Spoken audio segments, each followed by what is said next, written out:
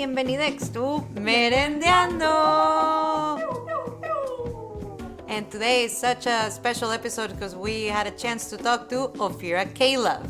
Ophira is a theater creator, writer, performer, producer, a beautiful opera singer, a wonderful human being who has an upcoming show. Yeah, literally Titanium coming to Next Stage on January. Please be sure to check it out. It sounds like an amazing, amazing show. Yeah, you'll hear all about it in this episode. Because in this episode, we talk about the show. We talk about creating theater for all different kinds of bodies and all different kinds of people. Especially the disabled community. And we also shout out to Lizzo, so you should probably listen so that you can hear us talk about that. Yeah, and we shot this episode on a Taco Tuesday, so we had amazing tacos from Como en Casa. Very tasty. They're big, generous tacos, and mine had nopales in it, and I really liked the beans. So grab a taco, sit back, relax, and have a listen. Welcome to Merendiando! And today is really special because it's Taco Tuesday. It is literally a Tuesday, and we are literally eating tacos. And you know what's the best part of this? What? We are here with Ophira. We're here with Ophira Calof. Ophira Calof. Wow, what a gift. We're very excited about it. I'm very excited to be here. Ophira, now that we have you here, please tell us a little bit about you and how amazing you are. Yes, please. Ooh, pressure. Well, I am a writer, performer, and producer here in Toronto. I am disabled, and a lot of my work really explores illness and disability and various intersections with those identities. And I co-created the sketch comedy show Generally Hospital. Oh dear, that's amazing. That's an amazing title. Thank you. And I am in charge of the Real Abilities Film Festival comedy programming, and my solo show, Literally Titanium, is going to be premiering at the Next Stage Festival this January. Yeah. And we will all be there. Literally Titanium. We're very excited to talk to you about this show. So tell us about Literally Titanium. How did the show start? Literally Titanium started as a bit of a thought experiment. I realized that anytime I talk about myself, I talk about like, oh, you know, my body just like doesn't want to function today. Or, oh, my body's like this, my body's like that. And I realized that was a little bit of an interesting thing. My body's so central to me, as it is for all of us. Mm-hmm. And especially with things like accessibility and dealing with the medical system, it's very central in my day-to-day life. So I wondered, if I talked about my body all the time and complained about it, what would it have to say about me? So I started creating a show that was from the point of view of my body. And because I quite enjoy comedy and music, those feature prominently throughout the show. Oh my God. As I kind of deconstruct, it's structured as a comedic cabaret of how my body feels about me and the life we've lived together. I love that. So you, because I know you, you started this at Buddies. Yes. So it started as a 10-15 minute piece? Yeah, so the original idea of it, I sort of presented as 10 minutes at the U of T Foot Festival. And then Foot? What does that stand for again? It is the Festival of Original Theater. Okay, yeah, at the university. Cool. Yes. Yeah. Yeah, there was a cabaret evening there, and I just sort of tested out the vague idea, and then brought that in my submission to the Buddies Emerging Creators Unit, where it became fleshed out to a 20-minute piece there. And now it has become almost an hour long, so it's growing. And you said it has music and comedy. So, I mean, let's talk about that. Because, like, I hear that you are a opera professional. Is that what's happening? Ooh. Well, I trained in opera for most of my life. Yeah. I guess would be the most accurate way to put it. And I went to university for opera performance. So originally, comedy wasn't really a part of my artistic practice. It was mostly opera. And then today, I don't really practice opera professionally, but I incorporate it here and there into my work. What was your voice range? Like, what was your type? Oh, definite soprano. Yay! Probably. Soprano power! Yay! Also soprano. Amazing. Yeah, so you did opera for that. That's amazing. And so then what brought comedy into your sphere? So when I was in university studying opera performance, I started developing symptoms. So I have a connective tissue disorder that I had my whole life, but it got a lot worse and really started affecting me during my university years. But the thing about the arts is that, or at least my experience of the arts, was that you have this mindset of pushing through and really committing to overcoming, staying with your craft. So I got to the point where I could barely hold my head up, but I still, for some reason, was like, no, I can do this. I have to do this. And ended up falling on stage during an opera. It was very dramatic. I was playing a nun who was getting beheaded in the French Revolution. And then, As you do. as one does in opera. And yeah, I fell on stage, and that just really solidified that the structure of the program and the structure of opera just was not exactly compatible with my body at that point in time. And so then as time went on and I got diagnosed, I started wearing a neck brace, using a wheelchair, and began to sing again. I found ways that my body could support sound again. But I realized that no one would cast me. There aren't really many roles, and especially in a field like opera that really looks for authenticity in casting and more traditional outlooks. There's not exactly a character in an opera who wears a neck brace or who uses a power wheelchair. So I started creating my own content because I wanted it to exist in the world, and I wanted opportunities for me to perform it. Yeah. Mm-hmm. The words like authenticity in casting is very interesting to me. Where are those from? Yeah, I'm trying to be polite when I say it, but What is that? opera is a very, and I think not just limited to opera, but there, even in opera specifically, I wasn't even allowed to wear my glasses on stage because in the 18th century, they didn't wear glasses. So there's this really big insistence on recreating something exactly. In opera, you breathe when you're supposed to. Like, there are specific moments in the music, and in some ways, like, I do think there's something beautiful about bringing something very carefully crafted to life. But there kind of wasn't space for me in it, because the people who wrote those operas and the stories those people were about are very specific. You know, either it's sort of, you know, a cis-het man's point of view, and their point of view of other folks. So if there is a disabled character in opera, they're usually evil, or they like overcome their disability by the end of the opera. It's not in ways that are authentic to lived experience, and so it makes it very incompatible then with lived experience.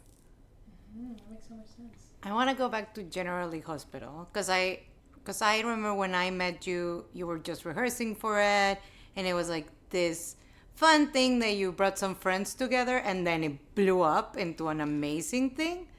So how did General Lee Hospital start, and did you imagine how far it was gonna go? I had zero concept. General Lee Hospital started when I was in the hospital for 2 weeks, and one of my friends came to visit me, and I was just telling her about all of the ridiculous things that were happening. My roommates were these like very very interesting characters with, like ringtones and family drama, and there was a whole world happening in there. And I said, like, oh, I wish I could make a show about this. Like, I feel like there's a sketch show here. And she was like, yeah, so do it. Like, we can do it. No problem. Sometimes you need that friend. Yeah. And I was like, oh, no one will be interested about comedy in a hospital. Like, that's not a thing. And I guess it was. The cast was amazing. We really just, like, created it together. And we're trying to do things that made us laugh and made us have fun.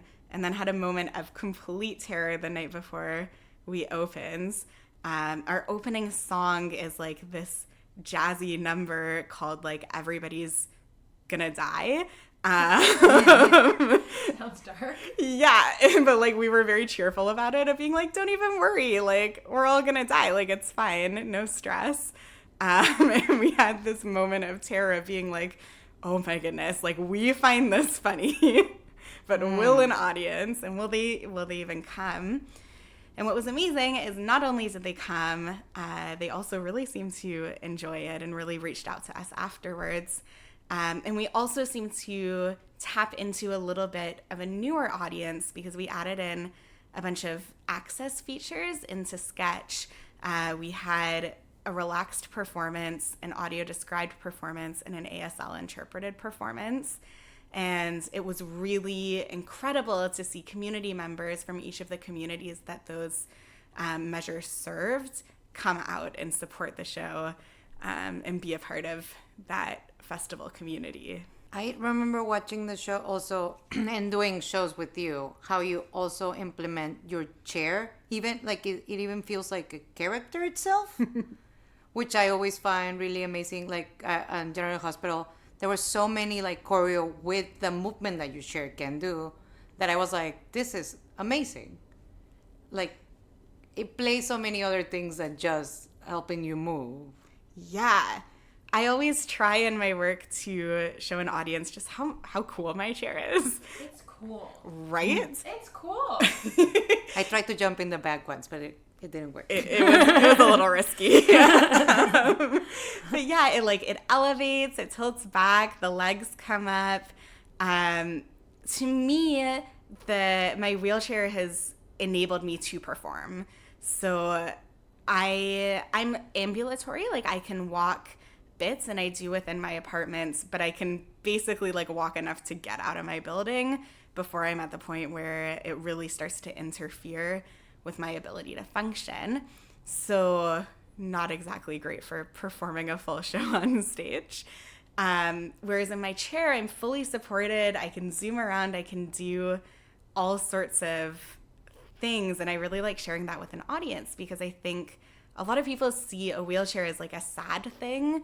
There are words like wheelchair bound, which is like, oh no, like I'm stuck in this chair.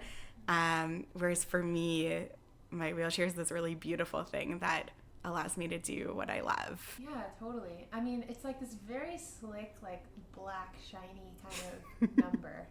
It's called Stormtrooper. It's called Stormtrooper. That's it. You're like winning. That's the brand. It's okay, I was like, I didn't name it. Like the name of the wheelchair. Yeah. Yeah.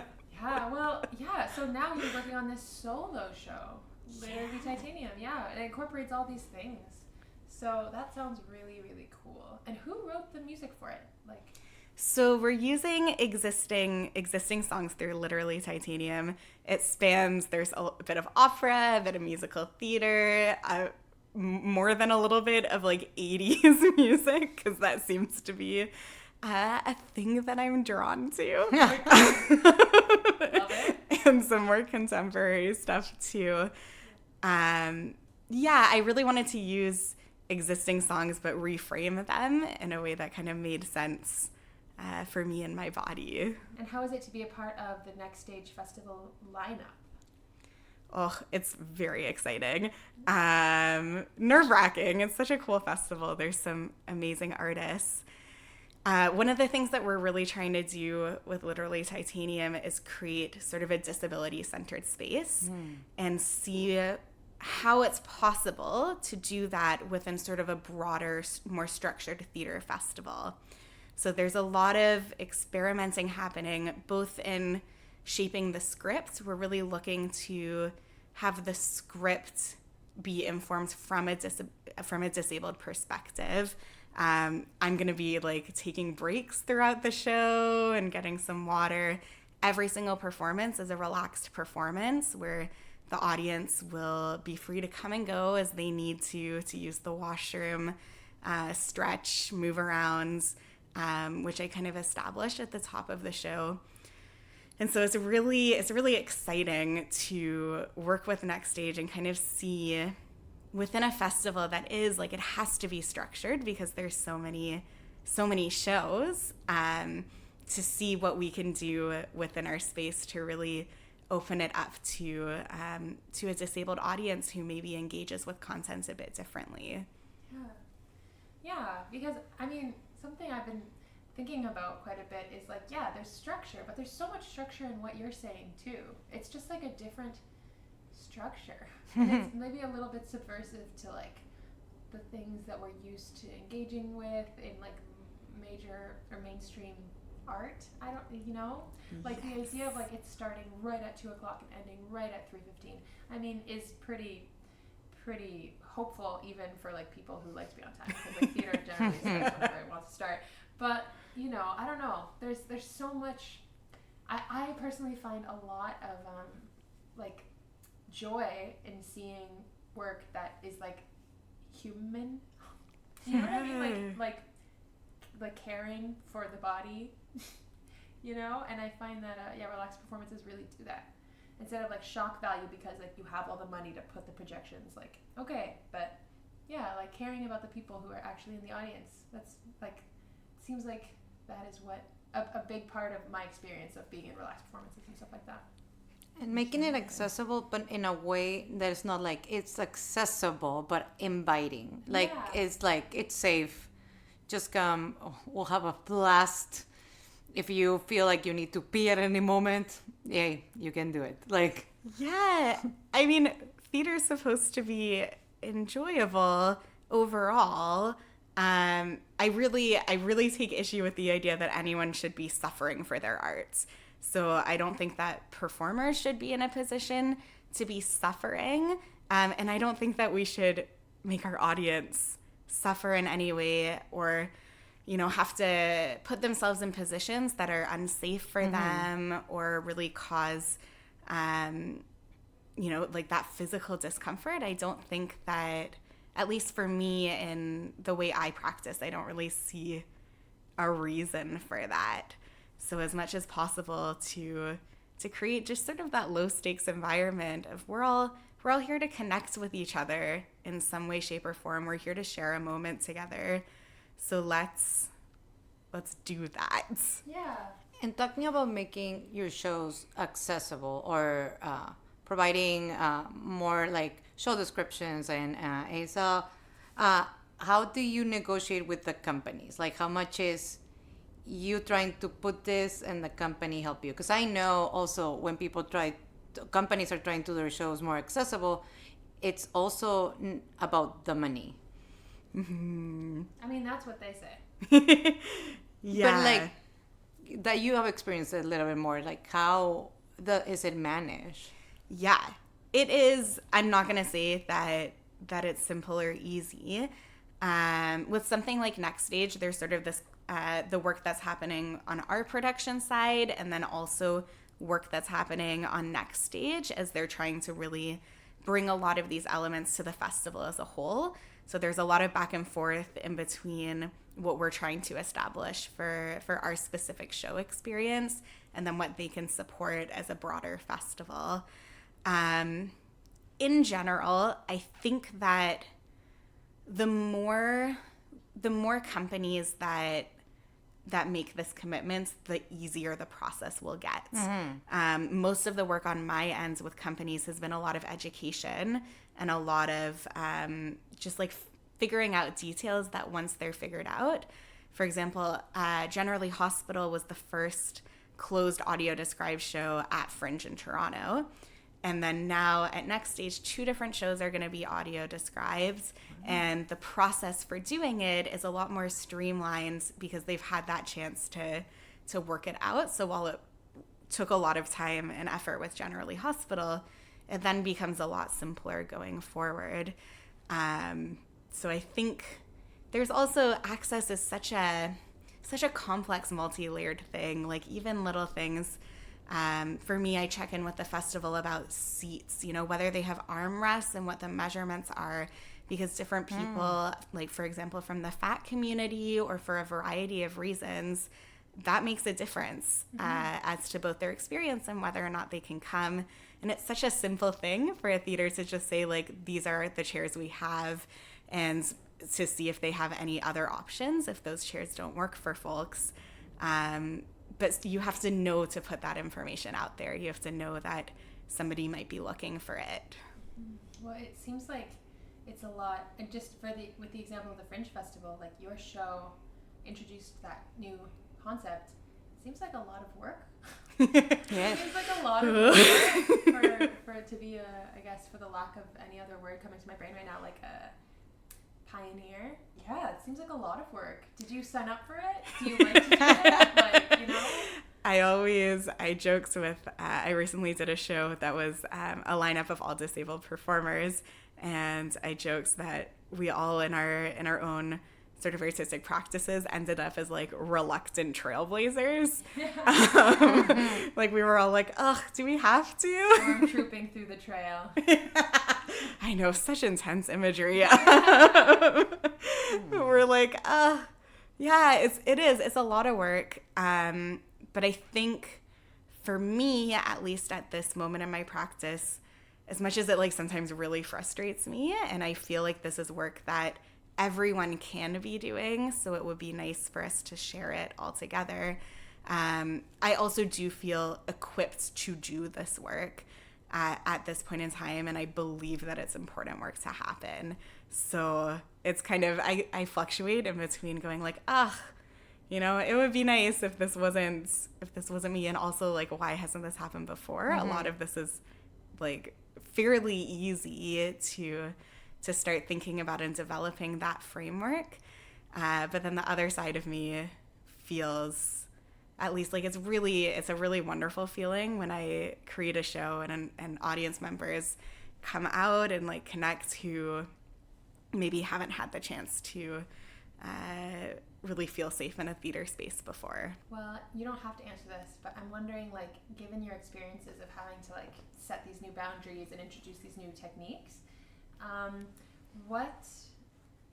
is there anything that would make it easier for you, for people who are not in the disabled community or differently able community? Like, what would be something that you'd like to see more of from them? Ooh, that is a great question. From us. I mean, allyship in general is such a powerful thing.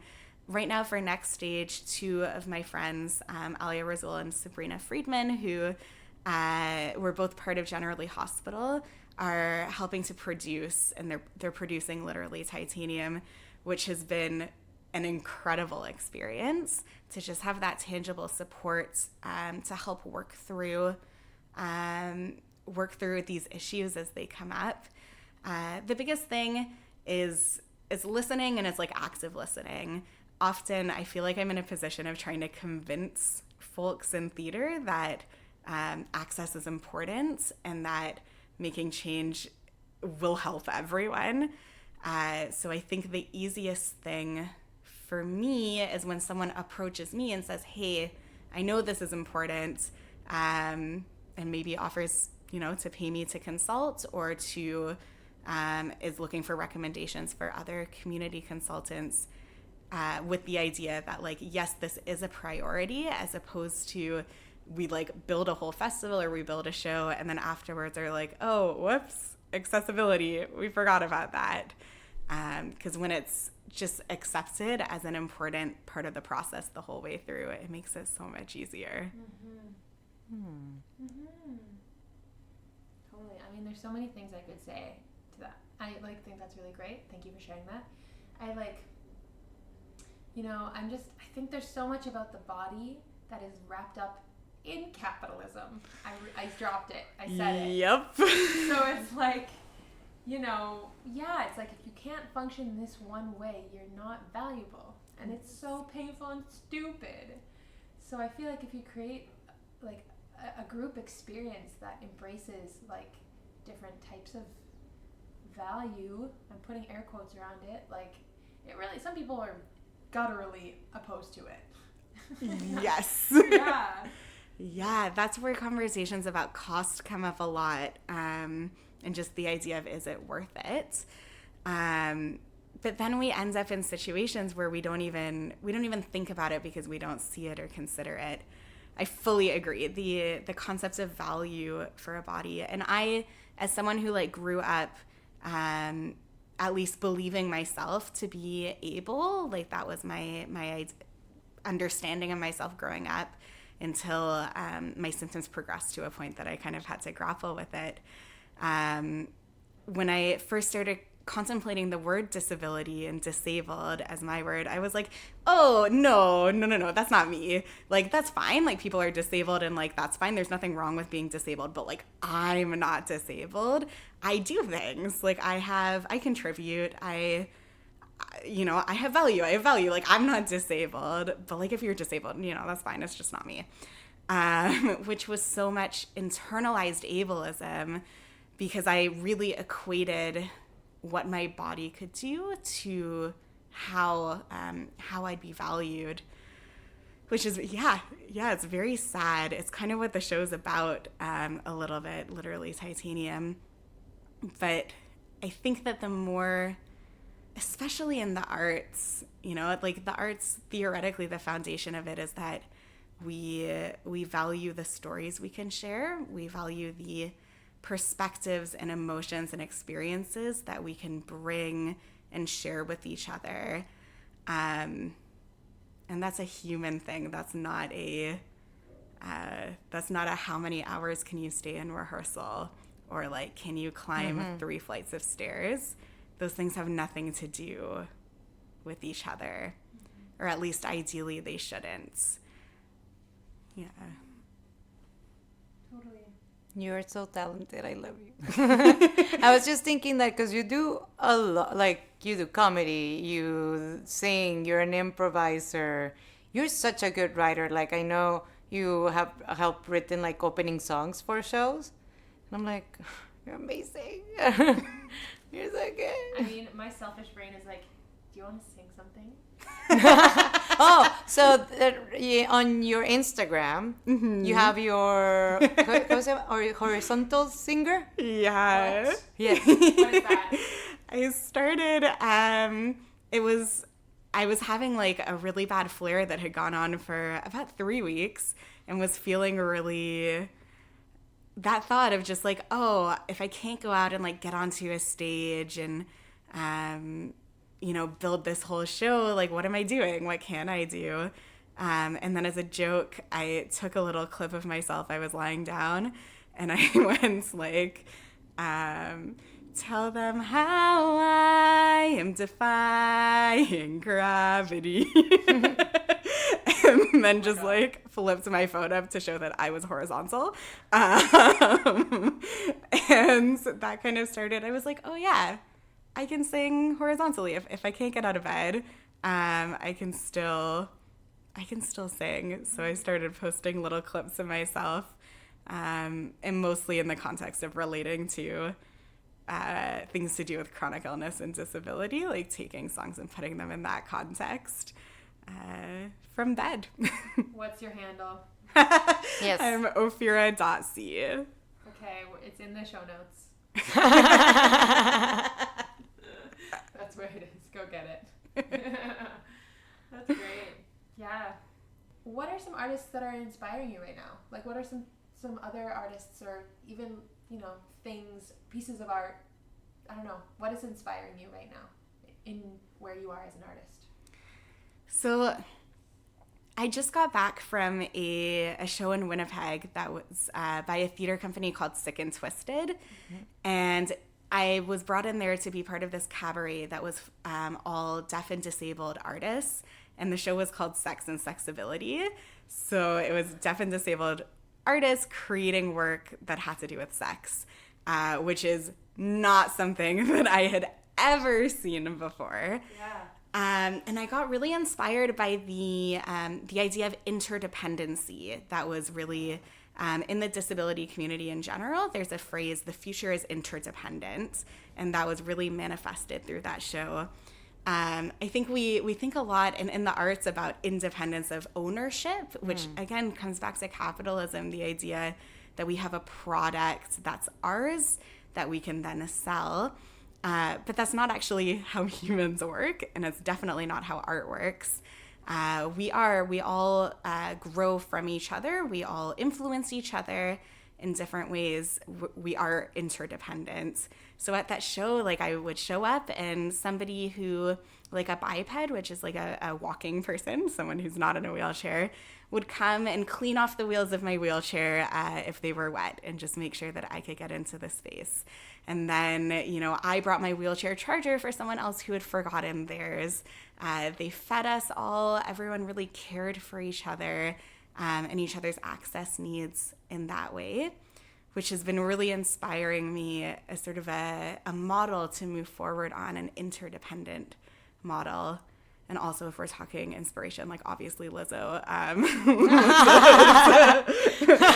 I love how you just... There's that, and then Lizzo. Oh, because, like, Lizzo cannot be underestimated, though. I know. I mean, I feel like we can't have a conversation about, like, current inspiration in the Without artistic mentioning Lizzo, sphere. yes, we'll put it in the show notes. Have you heard of Lizzo?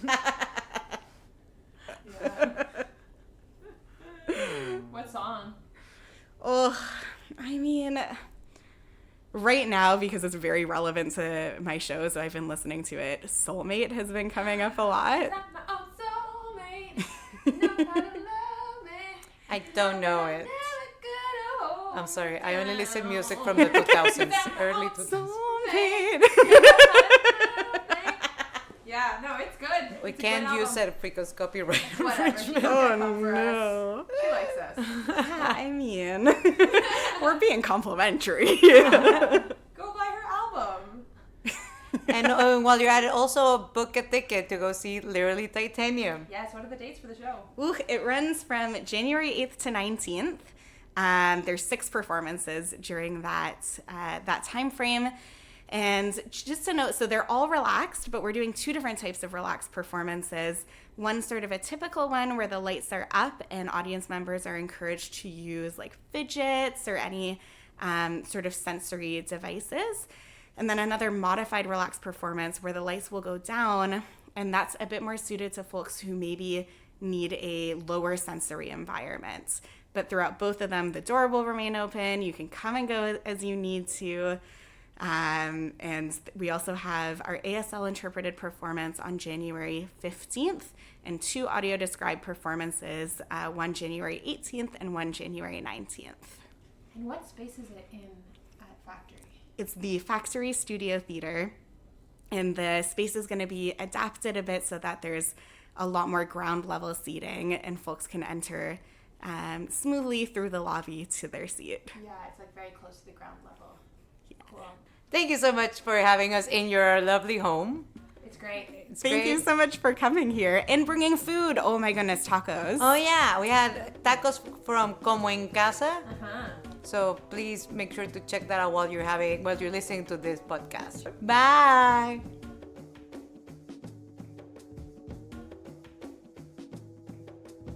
Radio Luna Teatro is produced by Aluna Theater with support from the Metcalf Foundation, the Laidlaw Foundation, the City of Toronto, the Canada's Council for the Arts, the Ontario Arts Council, and the Toronto Arts Council.